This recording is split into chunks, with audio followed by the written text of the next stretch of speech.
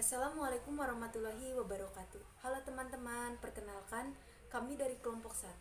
Di sini kami akan mempresentasikan yaitu tentang materi membentuk penawaran pasar dengan menentukan strategi produk. Yang disusun langsung oleh saya sendiri, Anggi Siti Hartinah, Fadilah Nurul Saadah, dan juga Jonas Sinega. Materi pertama yang saya akan jelaskan yaitu penawaran pasar. Penawaran pasar adalah jumlah barang dan jasa yang ditawarkan sekelompok penjual atau beberapa orang produsen pada waktu, tempat, dan satuan harga tertentu. Penawaran dipengaruhi oleh beberapa faktor, antara lain harga barang, tingkat teknologi, jumlah produsen di pasar, harga bahan baku, serta harapan spekulasi atau perkiraan. Yang kedua, hukum penawaran produk, bahwa semakin tinggi harga, jumlah barang yang ditawarkan semakin banyak. Sebaliknya, semakin rendah harga barang, jumlah barang yang ditawarkan semakin sedikit. Selanjutnya, produk dan strategi produk. Produk adalah segala sesuatu yang dapat ditawarkan kepada pasar untuk memuaskan suatu keinginan atau kebutuhan, termasuk barang fisik, jasa, pengalaman, acara, orang, tempat, properti, organisasi, informasi, dan ide, yaitu yang terdiri dari 3 elemen. Yang pertama, fitur dan kualitas produk, bauran dan kualitas layanan, harga berdasarkan nilai. Selanjutnya, tingkat produk, hierarki nilai pelanggan. Manfaat inti, core benefit, layanan atau manfaat yang benar-benar dibeli pelanggan. Yang kedua, setelah manfaat inti, pemasar harus mengubah manfaat inti menjadi produk dasar. Dan yang ketiga, pemasar mempersiapkan produk yang diharapkan. Yang keempat, pemasar menyiapkan produk tambahan yang melebihi harapan pelanggan. Dan yang kelima, produk potensial yang mencakup semua kemungkinan tambahan dan transformasi yang mungkin di dalam sebuah produk. Selanjutnya, klasifikasi produk, yaitu ketahanan dan keberwujudan. Barang-barang yang tidak tahan lama adalah barang yang berwujud yang biasanya dikonsumsi dalam satu atau beberapa kali penggunaan seperti bir dan sabun. Barang tahan lama adalah barang-barang berwujud yang biasanya dapat digunakan untuk waktu lama seperti kulkas, alat-alat mesin, dan pakaian. Dan yang ketiga adalah jasa, adalah produk yang tak berwujud, tak terpisahkan, bervariasi, dan dapat musnah. Contohnya meliputi salon potong rambut. Selanjutnya, klasifikasi produk, yaitu klasifikasi barang konsumen. Barang sehari-hari biasanya dibeli dengan segera dan dengan usaha minimum. Contohnya meliputi minuman ringan, sabun, dan surat kabar. Dan juga barang belanja. Shopping good adalah barang yang secara karakteristik dibanding oleh konsumen berdasarkan kecocokan, kualitas, harga, dan gaya. Oke, selanjutnya materi akan dilanjutkan oleh rekan saya. Nama saya Johannes Sinaga. Saya ingin melanjutkan hasil presentasi kami dari Mbak Anggi Siti Hartinah yang berjudul klasifikasi produk. Klasifikasi barang industri. Yang pertama ada bahan dan suku cadang atau sering kita sebut dengan materials and parts, adalah barang yang seluruhnya menjadi bagian dari produk produsen. Bahan dan suku cadang meliputi bahan mentah serta bahan dan suku cadang manufaktur. Yang kedua ada barang modal atau sering juga dengan kita sebut capital items, adalah barang tahan lama yang memfasilitasi pengembangan atau pengelolaan barang jadi. Barang modal mencakup instalasi atau terdiri dari bangunan dan peralatan. Yang berikutnya adalah layanan bisnis dan pasokan, atau sering juga kita menyebutnya dengan supplies and business service, adalah barang dan jasa jangka pendek yang memfasilitasi pengembangan atau pengelolaan produk jadi. Ada dua macam pasokan, yaitu barang pemeliharaan dan perbaikan, atau contohnya cat, sapu, paku, dan lain-lain. Dan ada juga pasokan operasi atau pelumas batu bara, kertas tulis, pensil, dan lain-lain. Berikutnya ada diferensiasi produk. Untuk yang pertama di sini ada bentuk ya. Banyak produk dapat diferensiasikan berdasarkan bentuk seperti ukuran, bentuk, atau struktur fisik produk. Yang kedua ada fitur. Sebagian besar produk dapat ditawarkan dengan memvariasikan fitur atau feature yang melengkapi fungsi dasar mereka. Yang ketiga ada penyesuaian. Pemasar dapat mendiferensiasikan produk dengan menyesuaikan produk tersebut dengan keinginan perorangan. Yang keempat ada kualitas kerja, atau sering kita juga dengar dengan kata performance quality, adalah tingkat di mana karakteristik utama produk beroperasi. Yang kelima, kualitas kesesuaian.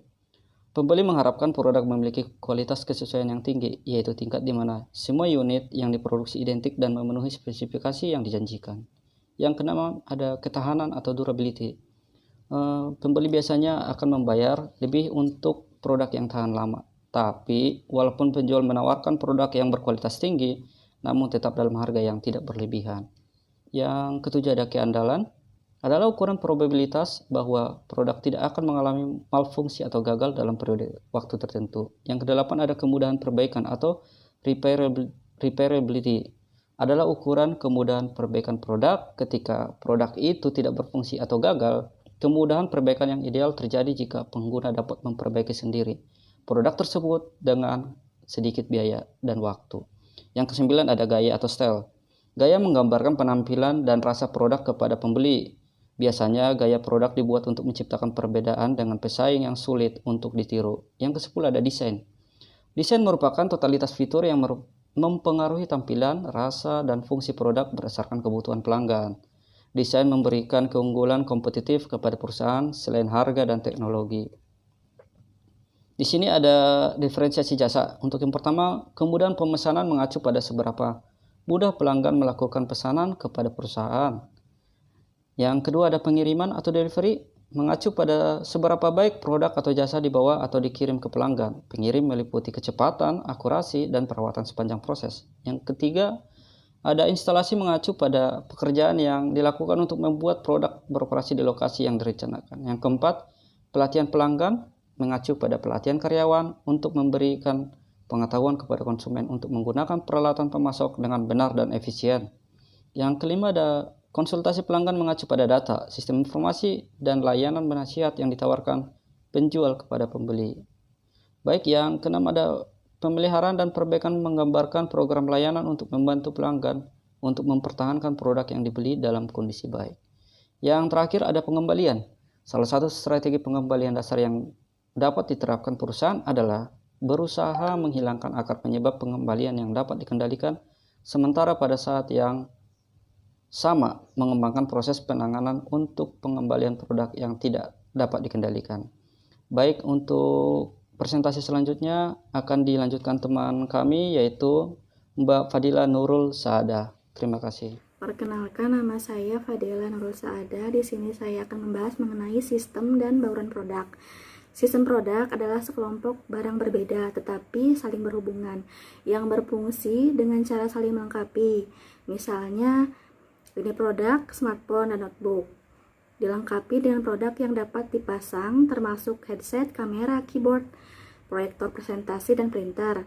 Bauran produk adalah kumpulan seluruh produk dan barang yang ditawarkan penjual tertentu kepada pembeli. Bauran produk, suatu perusahaan memiliki lebar, panjang, kedalaman, dan konsistensi tertentu. Keempat, dimensi bauran produk ini memungkinkan perusahaan memperluas bisnisnya melalui 4 cara, yaitu pertama, menambah lini produk baru sehingga memperlebar bauran produknya. Yang kedua, memperpanjang setiap lini produk. Yang ketiga, menambah lebih banyak jenis produk ke dalam setiap produk dan memperdalam bauran. Yang keempat, mengejar lebih banyak konsistensi lini produk. Kemudian saya akan membahas mengenai co-branding. Co-branding pemasar sering menggabungkan produk mereka dengan produk dari perusahaan lain dengan berbagai cara. Dalam co-branding atau penerapan merek bersama disebut juga penetapan dua merek atau dual branding. Salah satu bentuk co-branding adalah co-branding perusahaan yang sama. Bentuk lainnya adalah co-branding usaha patungan, co-branding eceran, di mana dua perusahaan eceran menggunakan lokasi yang sama sebagai cara mengoptimalkan ruang dan laba.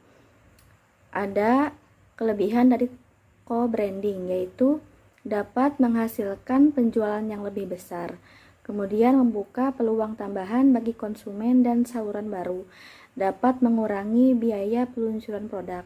Untuk kekurangannya yaitu resiko dan kurangnya kendali untuk terhubung dengan merek lain dalam pikiran konsumen. Kemudian dapat menimbulkan kekurangan fokus pada merek yang ada. Kemudian harapan konsumen akan tinggi, sehingga kinerja yang tidak memuaskan dapat memberikan dampak langsung yang negatif bagi kedua merek. Kemudian saya akan membahas mengenai pengemasan, pelabelan, jaminan, dan garansi.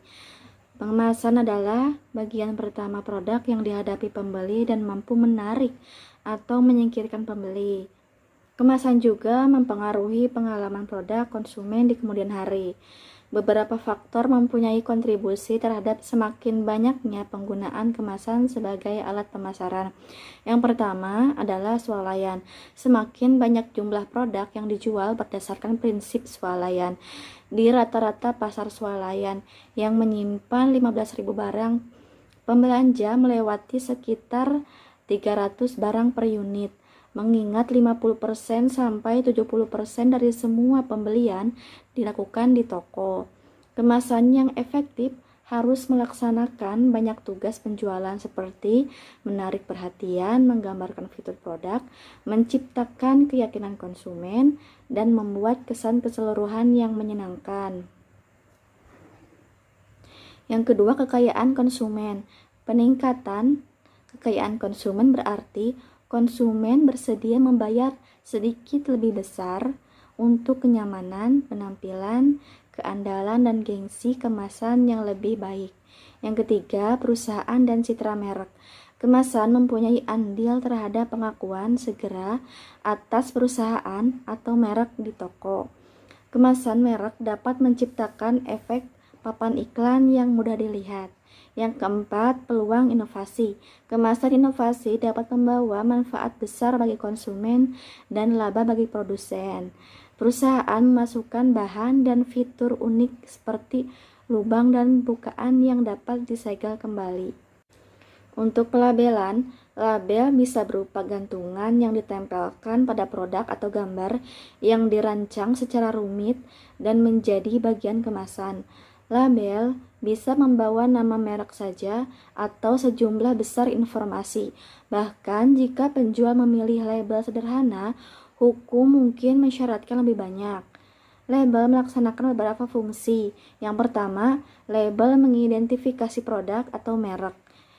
Label juga memperingat produk, seperti siapa yang membuatnya, di mana produk itu dibuat, kapan produk itu dibuat, dan apa isinya, bagaimana cara penggunaannya, dan bagaimana cara penggunaannya dengan aman.